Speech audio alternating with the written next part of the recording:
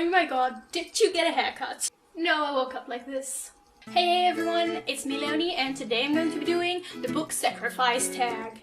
I was tagged by Lena from the World of the Bookworm, and I will link her video down below so you can check that out, as well as the original video by Ariel Bissett. Basically, in this tag, there are 4 horrible scenarios, and the only way you can survive these scenarios is by sacrificing a book, which is not much fun, but for the sake of this tag, we are going to be sacrificing books. So first scenario, you are just walking in a bookstore when suddenly, BAM! Zombie apocalypse. The only weakness of the zombies is overhyped books. What overhyped book do you throw at the zombies? For this one, I'm gonna go with Throne of Glass by Sarah J. Maas. Don't kill me, please. Let me explain. I did not hate this book. I mean, I gave it 3 stars. It was like fine. I had a lot of frustrations with this book, but you know, everyone has their own opinion, so that isn't a reason for me to think that this book is overhyped. I am specifically talking about the first book in the series because I didn't really like the rest of the series, and the rest of the series definitely is like more complex and more in-depth and really good, but just looking at the first book, I think it's kind of just, you know, your average young adult fantasy book. To me, it just doesn't stand out between so many other young adult fantasy books. So I think this book is overhyped because it's not very original, as in a lot of things that happen in this book I have seen in a lot of other young adult fantasy books. My opinion. Sorry, not sorry. The second scenario is you just get a brand new haircut. You just came from the hairdressers, but it's pouring outside, and you don't want your new hairdo to be ruined. So the only thing you can do is use a sequel to protect your hair from getting wet. What sequel do you sacrifice? So I'm going to be sacrificing A Legend by Veronica Roth. This doesn't even really count as a sequel because it's really just completely different story, and I did not really enjoy it. I did not like where this book was going.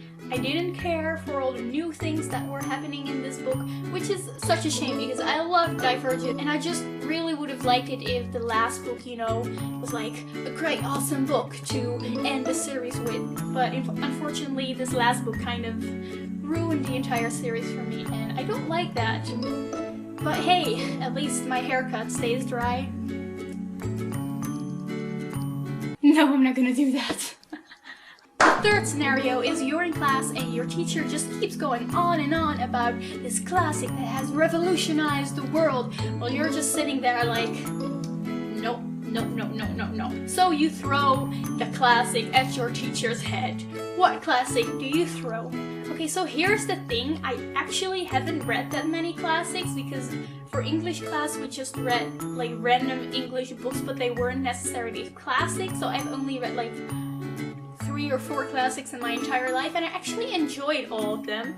But one that does come to mind is The Great Gatsby by F. Scott Fitzgerald. I actually really like this book, don't get me wrong, but the teacher just went on and on about the symbolism in this book, and I was just like, no, no, no.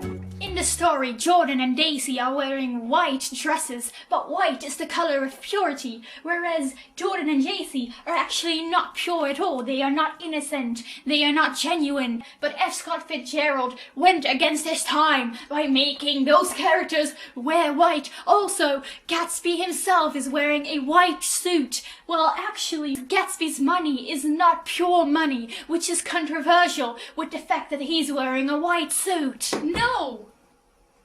They just liked the color white! Maybe I'm just a literary barbarian. I don't know.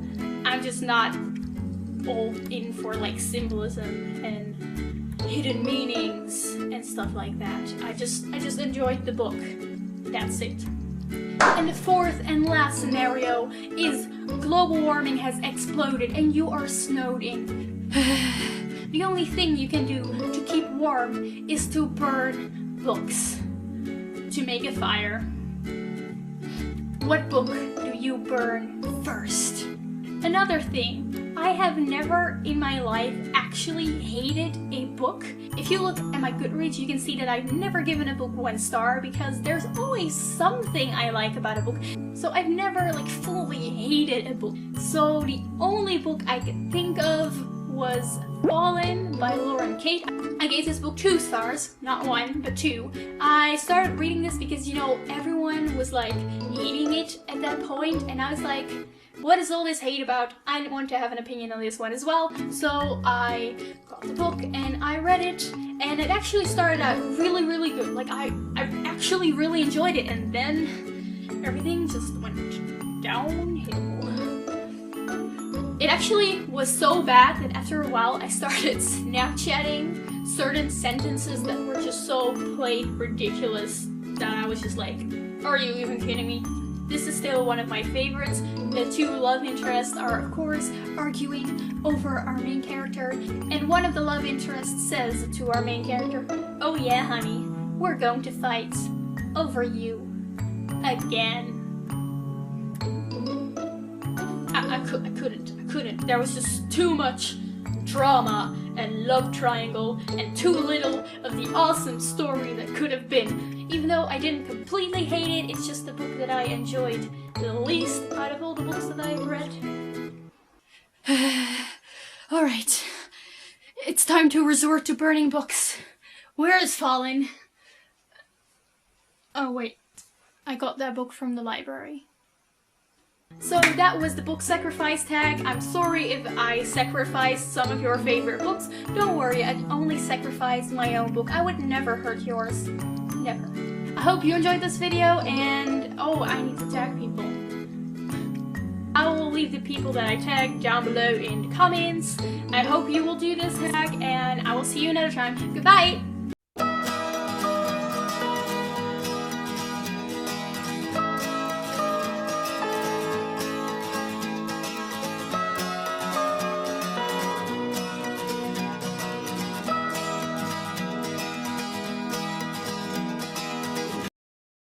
And this, my ladies, is how you do a how to look like you're not wearing makeup look.